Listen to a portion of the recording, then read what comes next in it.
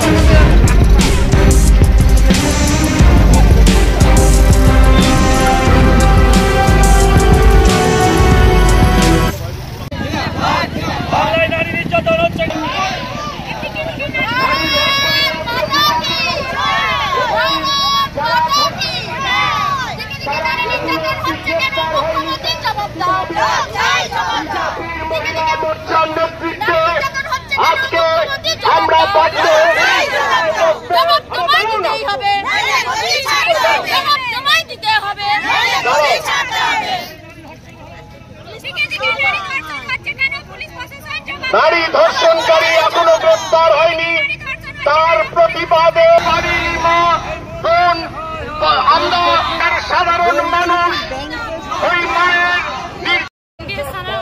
সগর বাংলার একজন বোবা মহিলা, উনি কিছুদিন আগে ধর্ষিত হয়েছেন।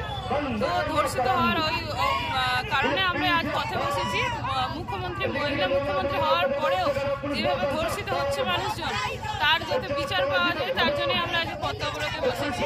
তো আমরা চাই যে যারা ধর্ষিত করেছেন বা যারা আছেন অভিযুক্ত তারা যেন শাস্তি পায়।